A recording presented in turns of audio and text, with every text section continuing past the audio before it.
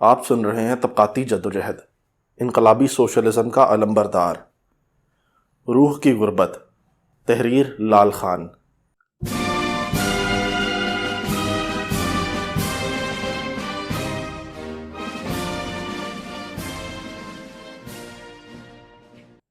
سو سال قبل 1917 میں روس کی زار شاہی تقریباً 500 سال پرانی ہو چکی تھی۔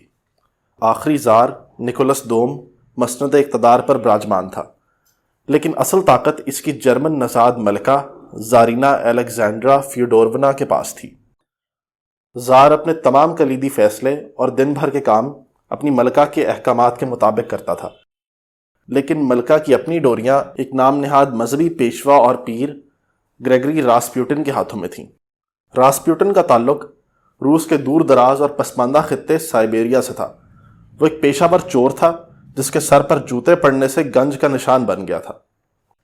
پھر 1897 میں ایک مذہبی درسگاہ میں کچھ عرصہ گزارنے کے بعد وہ روحانی پیشوا اور سادھو بن گیا۔ 1905 میں وہ روس کے دارالحکومت سینٹ پیٹرزبرگ آیا اور نوسر بازی میں مہارت کے باعث طبقہ امرا کی خواتین میں روحانی علاج کرنے والے معالج اور جوتشی کے طور پر بہت مقبول ہو گیا۔ اسی دوران اس کی رسائی زارینا تک بھی ہو گئی۔ گھریلو پریشانیوں اور روحانی مسائل کے حل کے لیے راسپیوٹن کا علاج ملکہ کو بہت کارگر محسوس ہونے لگا۔ یوں وہ راسپیوٹن کی جادوئی صلاحیتوں اور جنسی جلال کی اسیر ہو گئی۔ وقت کے ساتھ راسپیوٹن کا اثر و رسوخ اس حد تک بڑھ گیا کہ وہ ریاستی امور کا مختار کل بن گیا۔ سپہ سالاروں کی تعیناتی سے لے کر کابینہ میں رد و بدل اور خارجہ امور سے لے کر ریاستی ٹھیکے دینے جیسے اہم معاملات تک کے فیصلے راسپیوٹن ہی کرتا تھا۔ ایک گاؤں سے اٹھ کر محلات کی بلندیوں تک پہنچ جانے والی زارینا پر بھی مطلق العنانیت کا بھوت سوار تھا۔ مذہبی قدامت میں اسے وہ تصوف جو اس کی کھلنے والی قسمت سے مطابقت رکھتا تھا۔ مزید برآں زار شاہی اس وقت جس سوال کا شکار ہو چکی تھی، اس کے پیش نظر شاہی خاندان کو ایک مذہبی آسرے اور سہارے کی ضرورت بھی تھی۔ کرخت، ڈھیٹ اور شفاق زارینا کمزور قوت ارادی کے مالک زار کی جگہ لیتی گئی۔ انقلاب کے زلزلے سے کچھ ماہ پہلے 13 ستمبر 1916 کو اس نے زار کو لکھا، ہر چیز بہتر اور خاموش ہو رہی ہے، لیکن لوگ تمہاری آشیرواد حاصل کرنا چاہتے ہیں۔ روس کو چابک کی ضرب سے بڑی محبت ہے، یہی ان کی فطرت ہے۔ عوام کی طرف زارینا کی حقارت کا یہی عالم تھا۔ اسی خط میں وہ راسپیوٹن کے بارے میں لکھتی ہے، ہمارے دوست راسپیوٹن کی مدد اور دعائیں درکار ہیں، پھر سب ٹھیک ہو جائے گا۔ اگر وہ نہ ہوتا تو سب کچھ پہلے ہی ختم ہو گیا ہوتا۔ اس بات پر میں پوری طرح سے قائل ہوں۔ چند ہی ماہ بعد فروری 1917 کے انقلاب نے زار شاہی کو اکھاڑ پھینکا۔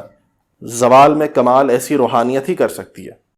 لیون ٹروٹسکی اپنی شہرہ آفاق تصنیف انقلاب روس کی تاریخ میں لکھتا ہے، اگر کوئی راسپیوٹن نہ بھی ہوتا تو اسے پیدا کرنا ضروری ہو گیا تھا۔ آج 100 سال بعد اس نظام کے حکمرانوں کو بھی ایسے ہی روحانی علاج کی ضرورت رہتی ہے۔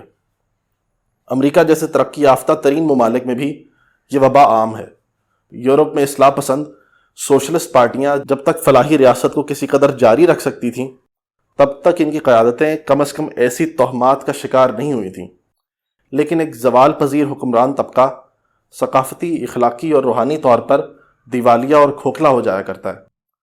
سیکولر بھارت میں بھی اندرا گاندھی جیسی ترقی پسند لیڈر ایک گرو کی خدمات حاصل کرتی تھی۔ اس کا نام دھریندر برہمچاری تھا۔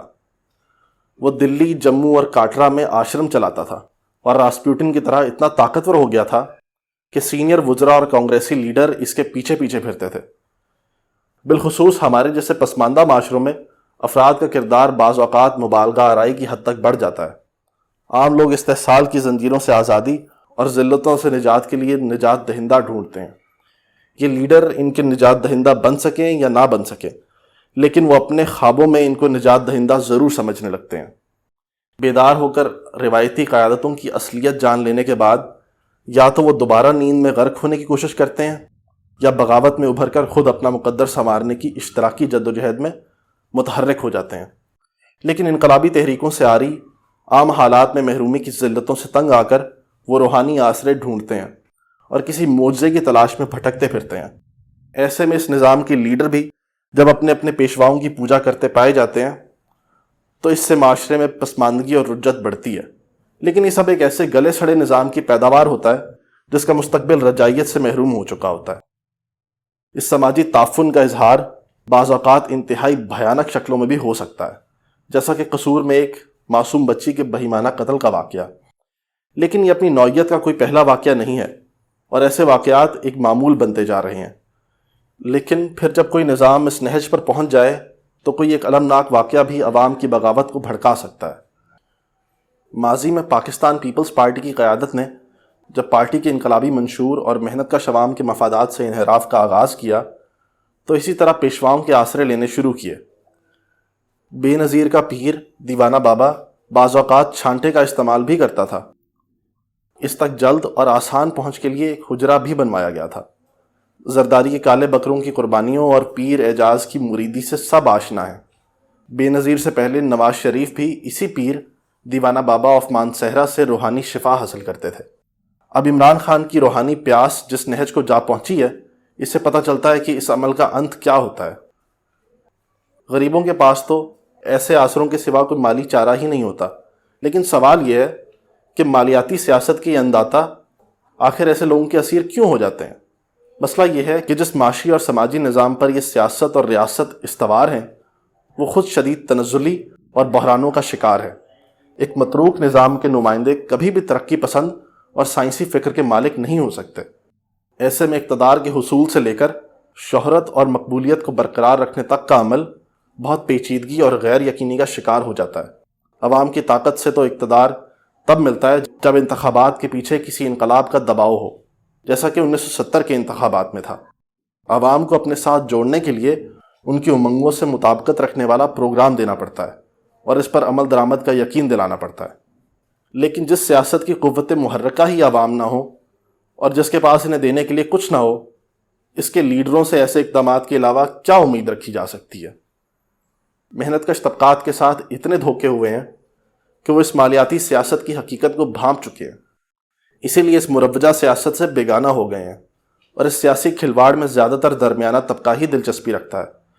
اس سیاست کے جلسے جلوس بھی پیسے کے زور پر ہی ہوتے ہیں۔ چنانچہ اس سیاسی اشرافیہ کی یہ حالت ان کی روح کی غربت، متروک سوچ اور سماج کے تلخ حقائق سے فرار کا اظہار ہے۔ جس نظام کے یہ نمائندے ہیں، اس کے دن گنے جا چکے ہیں۔